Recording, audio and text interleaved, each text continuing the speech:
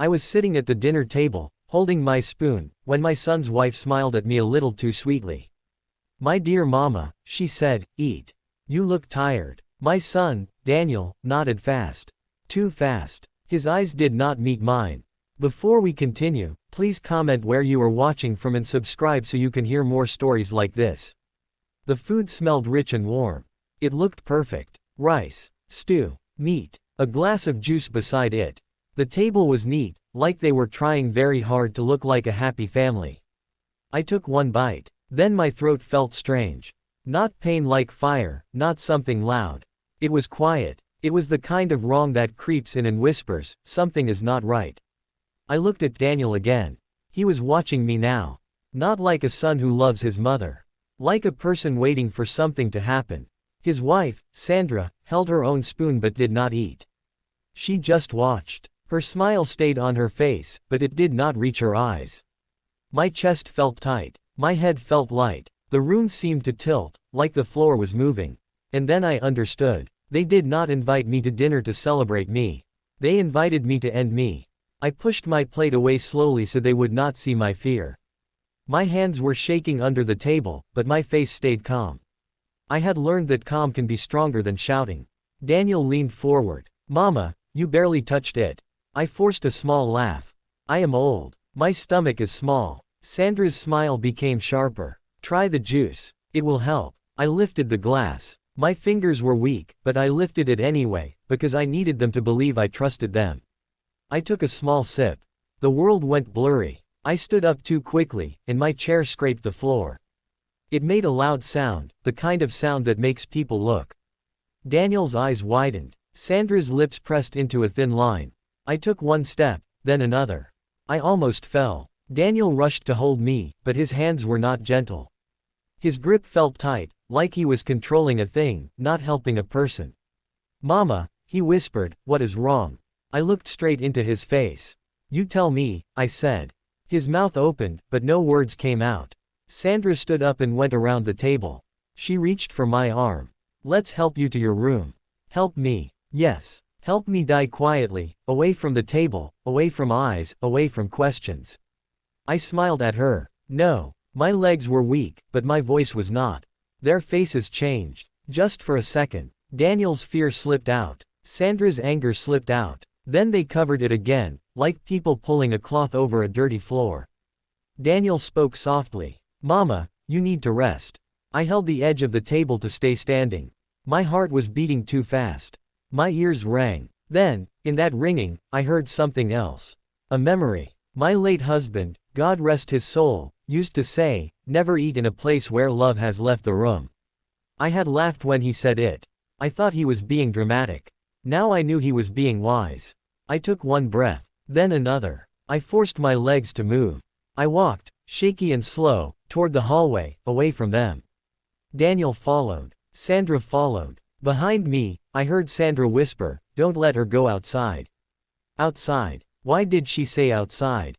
Because outside means neighbors. Outside means people. Outside means noise. I reached the door. My fingers struggled with the lock. Daniel grabbed my wrist. "Mama, please." His voice was not kind. It was pressed, urgent, tight. I looked at his hand on my wrist, then looked up at his face. "Daniel," I said, "if you were truly my son in this moment, you would let me breathe." His eyes flickered. Just then, my phone rang in my pocket. It was a simple sound, but it broke the spell. Daniel froze for a split second. I pulled my wrist free and answered the call with trembling fingers. "Hello," I whispered. A familiar voice came through. "Mama Grace. It's Nurse Ada. I'm outside. I brought your blood pressure medicine. You left it in my clinic yesterday." Outside. A nurse. A witness. A lifeline. I swallowed hard. "Please," I said, "stay there. Do not leave." Nurse Ada paused. "Mama, are you okay?" I looked back at Daniel and Sandra. Their faces were stiff now. Sandra's eyes looked like stones. "I will come," I said. "Wait for me." I ended the call. Daniel forced a smile that did not belong on his face. A nurse. Why is a nurse coming here? I pretended to think. Maybe God still remembers me. Sandra's voice was cold. "Let her in. Quickly. Quickly." "Yes. Let the nurse in quickly so they can pretend nothing is wrong." But I had already decided something important. If I survived this night, I would never sit at their table again. I opened the door and stepped outside. The night air hit my face. It was cool, and it felt like truth. Nurse Ada stood near the gate, holding a small paper bag. She looked surprised when she saw my face. "Mama, you look pale." I tried to smile, but my lips shook. "Ada," I said, "please help me. I think something is wrong with what I ate." Daniel hurried outside, acting like a caring son. "Nurse, Mama just felt dizzy. Old age, you know." Sandra came behind him with a bright smile. "Yes, she is fine. She just needs rest." Nurse Ada's eyes moved from Daniel to Sandra, then back to me. She had worked with old people for years. She knew what fear looked like. She knew what pretending looked like. She took my arm gently. "Mama, sit." I sat on the small bench near the gate. My legs felt like paper. Nurse Ada opened the bag. "I will check your pressure." While she checked, she leaned closer and whispered, "Mama, should I call someone?" I looked at Daniel and Sandra.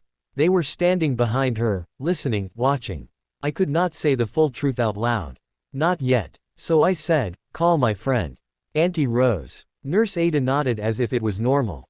Daniel frowned. "Why are you calling people? It's not that serious." I turned my face slightly, speaking to him slowly. "Sometimes a small problem becomes big when people hide it." Sandra laughed lightly. "Mama, you are always suspicious."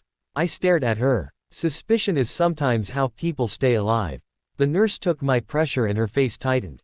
"This is not normal," she said, louder now. "Mama Grace needs to come with me. Now." Daniel's face changed. "No, she can rest here." Nurse Ada stood up straight. "If she rests here and gets worse, will you forgive yourself?" Daniel looked trapped. Sandra stepped forward. "Nurse, we can handle it." Nurse Ada did not move.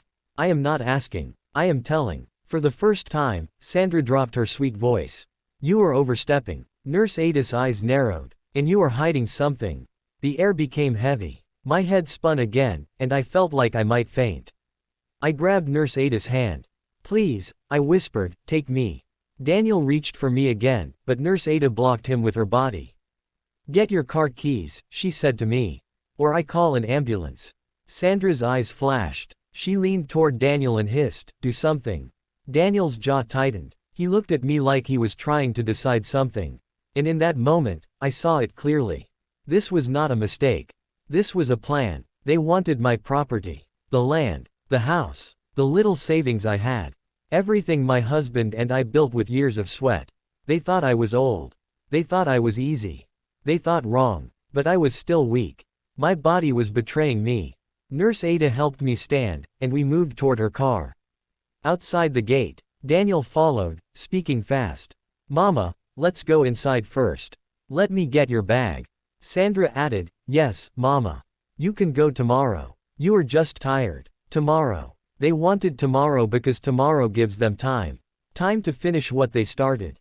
I shook my head slowly. "No." Daniel's voice rose a little. "Mama, why are you behaving like this?" I looked him in the eyes and answered with a simple question. "Daniel," I said, "if I die tonight, who gets my house?" His face went blank. Sandra's smile broke. Just for 1 second. That 1 second was enough. Nurse Ada opened the car door. "Mama, get in." I tried to lift my leg into the car, but my body felt like it did not belong to me anymore. My vision dimmed at the edges. I heard Daniel say, "Mama, stop this drama." I heard Sandra say, "Just let her go. It's fine." Fine. Yes. Because if I leave, they lose control. Then, right as I was about to sit, Daniel grabbed the car door and slammed it halfway, not fully closed, not fully open. His hands were shaking now. "Mama," he said, his voice low, "you are not going anywhere." Nurse Ada stepped forward. "Sir, move." Daniel glared at her. "This is my mother." Nurse Ada lifted her phone. "And this is a medical emergency. I can call the police." Daniel's eyes darted to the street, like he was checking if anyone was watching. Sandra whispered sharply, "Daniel, do not let her leave. If she talks, everything is finished." Everything. What does everything mean? What were they already planning after my death? My head spun hard again. I held the side of the car. Nurse Ada pressed her shoulder against the door and tried to push it open.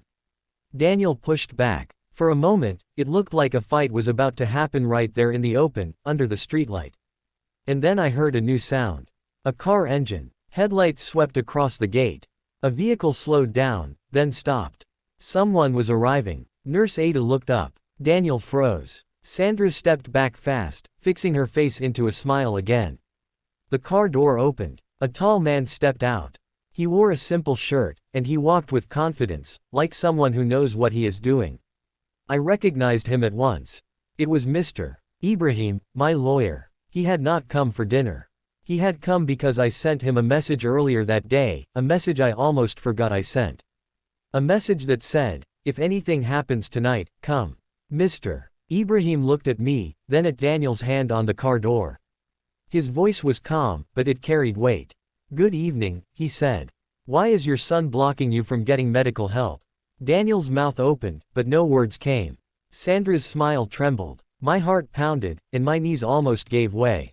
Because if my lawyer was here, then something bigger was about to happen. And if Daniel and Sandra truly tried to poison me, this night was no longer just family trouble. It was a crime. Mr. Ibrahim took one step closer, eyes sharp. Madam Grace, he said, do you want me to call the police right now? Daniel finally spoke, and his voice was thin. Mama, he whispered, please, do not do this.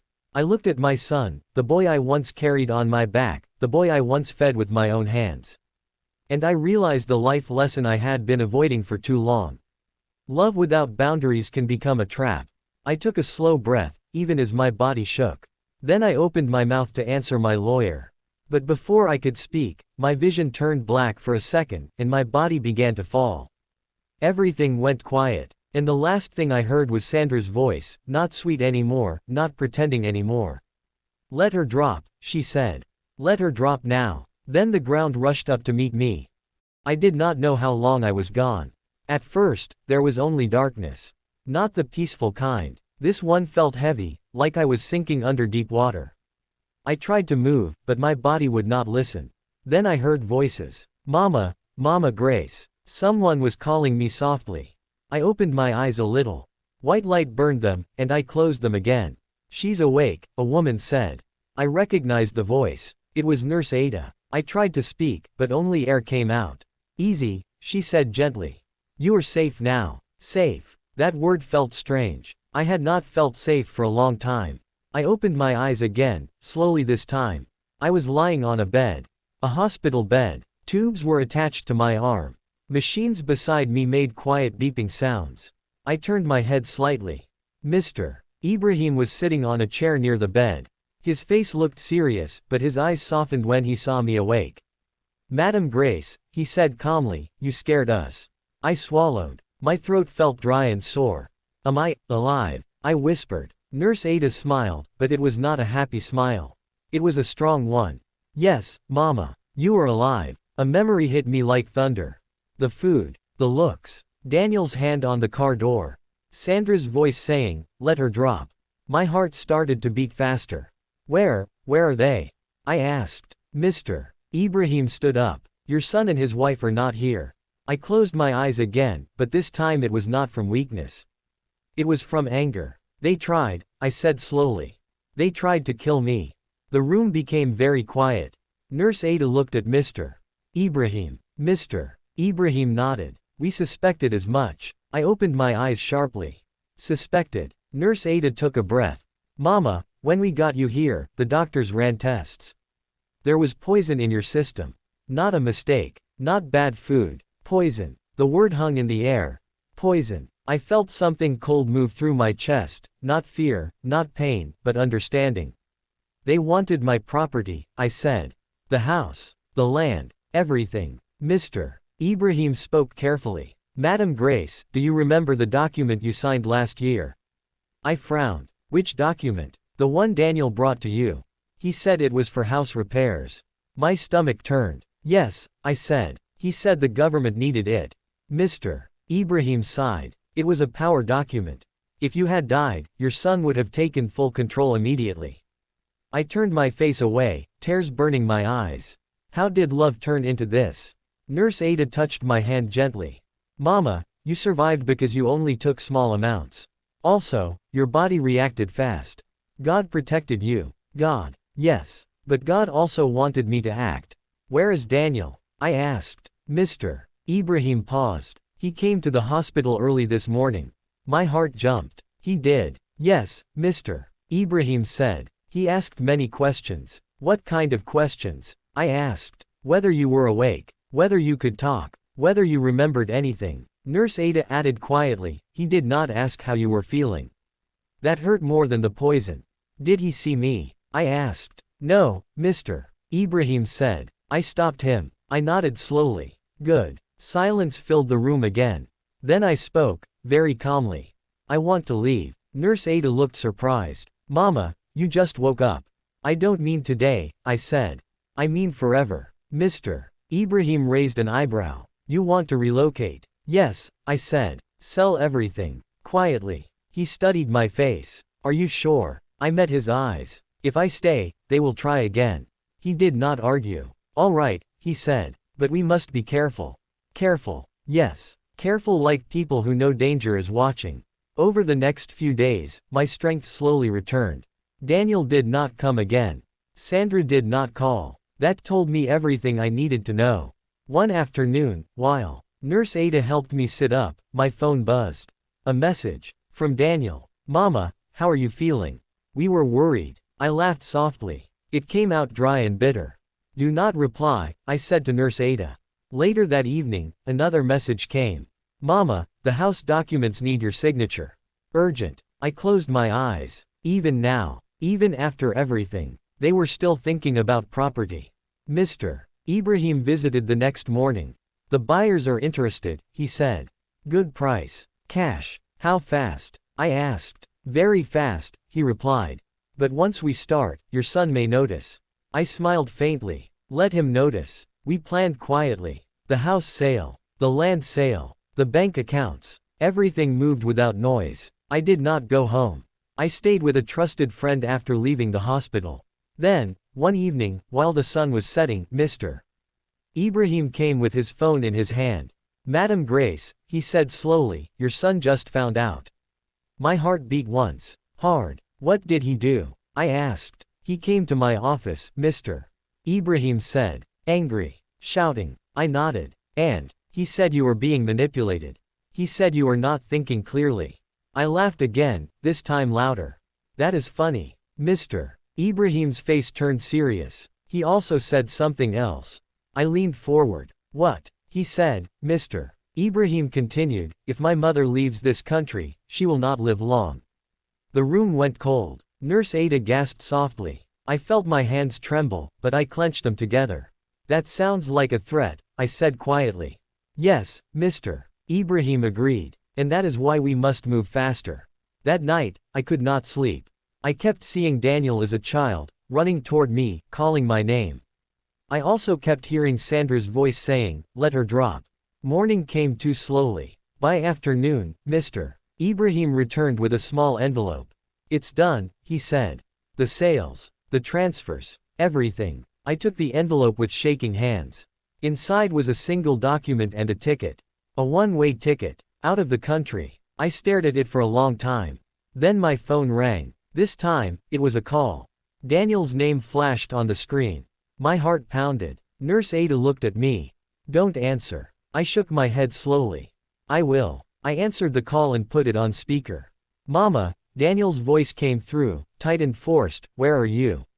I am safe, I replied. Why is the house sold? He demanded. Why is the land gone? I spoke calmly. Because it was mine. There was silence. Then his voice changed. Mama, you are making a big mistake. No, I said. I am correcting one. Sandra's voice suddenly came on the line. Mama, please. We can talk. I closed my eyes. Talk. After poison, after lies, after threats. I have nothing left to say, I replied.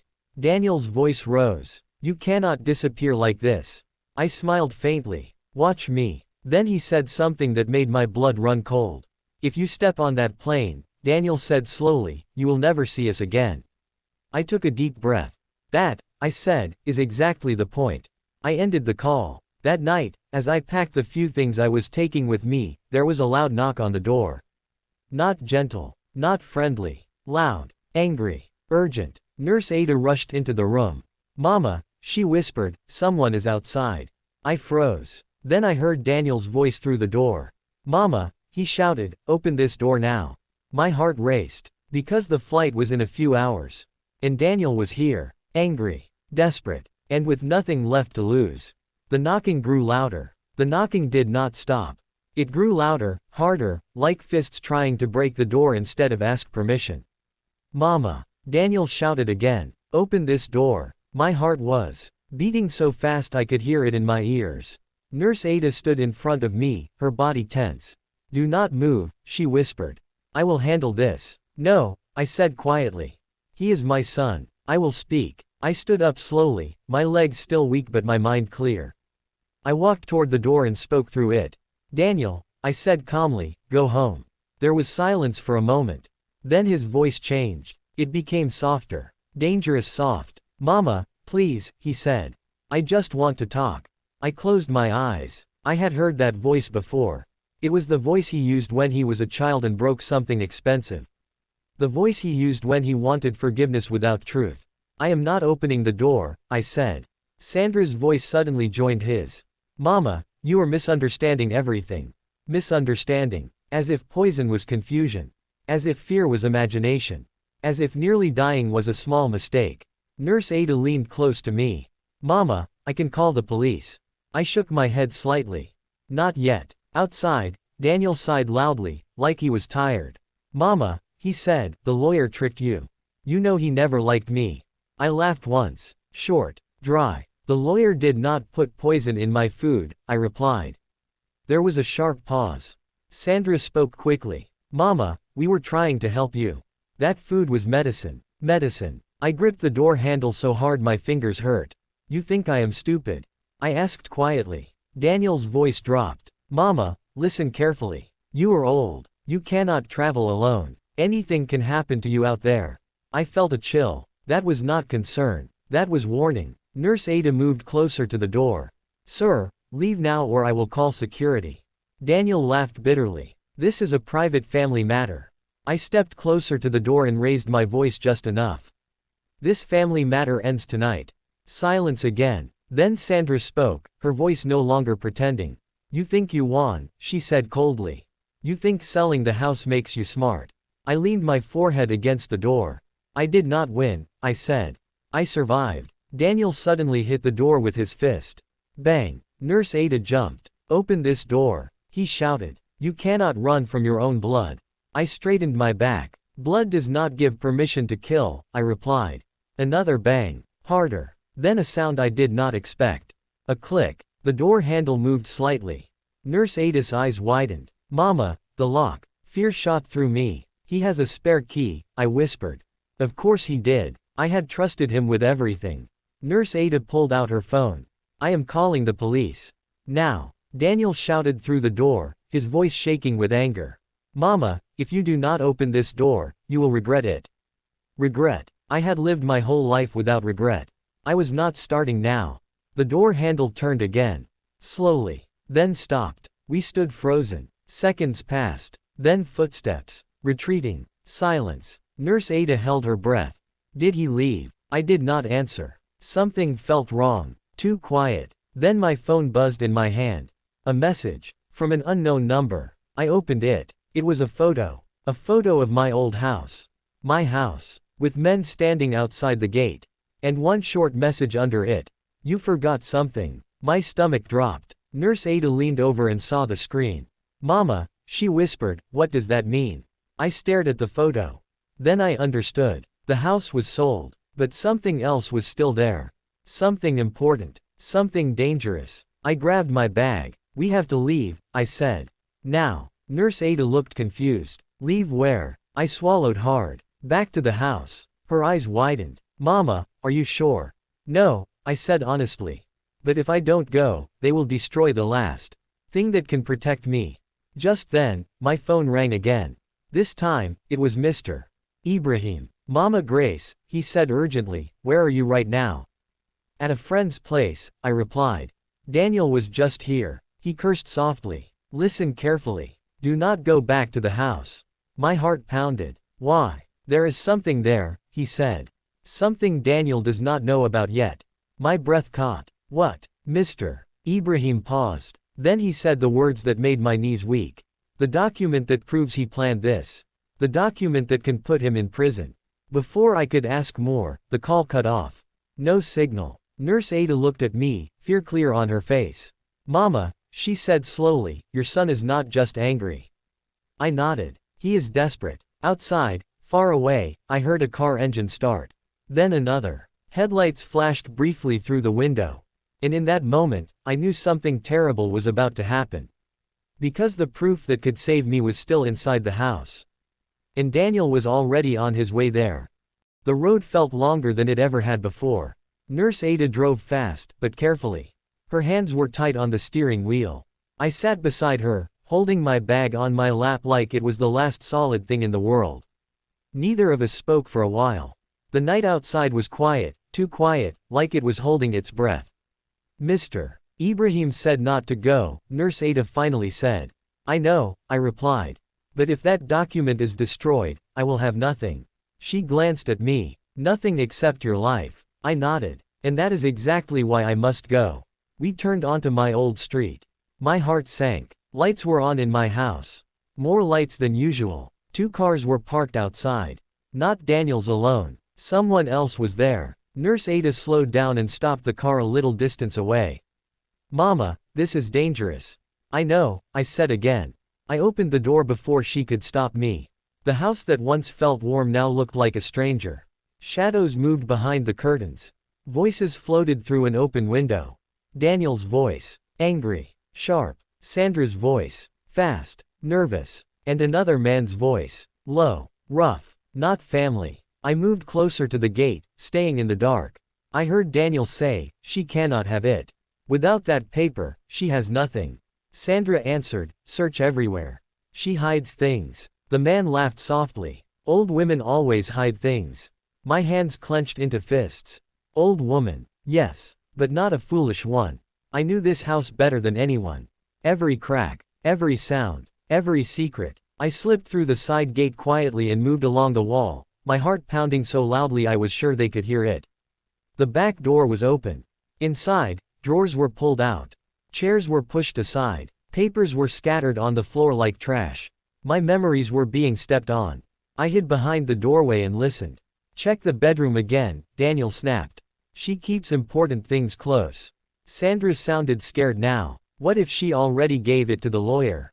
Daniel replied, then why would he warn her? No, it's here. The man spoke again. If it's not, you still have options. I felt cold all over. Options. What kind of options? I waited until their voices moved toward the front of the house. Then I moved. Slow. Silent. I went to the small storage room near the kitchen. The one no one ever cared about. The one they always said smelled old. Inside, behind cleaning buckets and broken boxes, was a loose wooden panel. My late husband had made it himself. For emergencies, he had said. My fingers trembled as I pulled it open. Inside was a small envelope. Brown. Plain. Still there. Thank God. I held it to my chest for a second. Then I heard footsteps. Fast. Someone was coming back. I slipped the envelope into my bag and turned. And froze. Sandra stood in the doorway. Her eyes went wide. For a moment, we just stared at each other. Then her face twisted with anger. You, she hissed. You're not dead. I straightened my back. Disappointed. She stepped closer. Give me the bag. No, I said. She lunged for it. We struggled. My strength was not what it used to be, but fear gave me power. The bag fell to the floor. The envelope slipped out. Sandra's eyes locked onto it. There it is, she whispered. She reached for it. Before she could grab it, a loud voice filled the room. Step away from her. Daniel stood in the doorway now. Behind him was the man. Daniel looked shocked. Mama. Yes, I said. Mama. His face hardened. You should not have come back. Sandra grabbed the envelope and ran toward Daniel. This is it. Daniel snatched it from her hands. He looked at it. Then he laughed. A loud, ugly laugh. You really thought this could save you? He said. I met his eyes. It already has. The man frowned. What is that? Daniel waved the envelope. Nothing important. But his hands were shaking. I saw it. Fear. Real fear. Daniel tore the envelope open. His smile faded as he read. Sandra leaned over his shoulder. Her face drained of color. "What does it say?" she whispered. Daniel's voice broke. It's a recording transcript." The man stiffened. "Recording of what?" I spoke calmly. "Of a conversation. A conversation where my son talks about making my death look natural." The room went silent. The man stepped back slowly. "You didn't tell me this," he said to Daniel. Daniel turned on him. "It's not real." "It is very real," I replied. "And the recording itself is not even here." Sandra screamed. "Where is it?" I smiled faintly. "Safe." Daniel rushed toward me. Before he could reach me, sirens wailed in the distance. Police sirens. Loud. Close. Daniel stopped. Sandra's knees buckled. The man swore and ran toward the back door. Daniel looked at me with pure hatred. "You planned this." I shook my head. "No. I prepared." The front door burst open. Police officers rushed in. Nurse Ada's voice rang out from outside. "She's here." "That's her." Hands grabbed Daniel. Sandra screamed. I stood there, shaking but upright, as everything finally exploded into the open. An officer turned to me. "Madam, are you all right?" I nodded slowly. Daniel stared at me as they took him away. "You ruined everything," he shouted. I looked at him with sad eyes. "No," I said. "You did." As they led him out, Sandra cried and begged. The house was filled with noise, flashing lights, and truth. And in the middle of it all, I stood quietly. Because I knew this was not the end yet. The plane was still waiting. And my final step was still ahead. The house was quiet again. Not peaceful. Just empty. Police cars were gone. Neighbors had returned to their homes. The lights that once meant danger now showed nothing but bare walls and broken trust. I sat on a chair in what used to be my living room. An officer stood nearby, writing notes. Another officer spoke softly into a phone. Daniel and Sandra were gone. Taken away. Not as my family. As suspects. Mr. Ibrahim arrived shortly after. His face was calm, but his eyes showed relief when he saw me standing. "It's over," he said gently. I shook my head. "No. It's finished." He nodded. "The recording is safe. The charges will move forward." I looked around the room one last time. This house held birthdays, laughter, tears, love. It also held betrayal. I stood up slowly. "I don't want to come back here again," I said. Mr. Ibrahim understood. "Everything is already completed. The sales are final. Your accounts are transferred. Your new identity documents are ready." New identity. New life. I turned to Nurse Ada. "Thank you." She hugged me carefully. "You are stronger than you know, Mama." I smiled. Strength is learned when kindness is mistaken for weakness. We left the house together. I did not look back. At the airport, the sounds were loud and busy. People rushed past with bags and plans. No one knew who I was or what I had survived. That was good. Mr. Ibrahim handed me my passport and ticket. "Once you board, there is no turning back." "I know," I said. He hesitated. "Do you want to say goodbye to your son?" "Legally, you are allowed." I thought of Daniel as a little boy. Then I thought of the dinner table. The poison. The door. The threat. "No," I said quietly. Some goodbyes are silent. As I walked toward the gate, my phone vibrated one last time. A message. From an unknown number. "Mama, please forgive us." I did not reply. Forgiveness does not mean access. The plane lifted into the sky. The city grew smaller. So did the pain. I arrived in a new country before sunrise. New air. New streets. New name. I bought a small home near the sea. I planted flowers. I walked every morning. I learned to laugh again without fear. Sometimes, at night, I remembered the life lesson that saved me. Never stay where love has turned into danger. Silence is not weakness. And survival is the strongest revenge of all. I lived. And I lived free.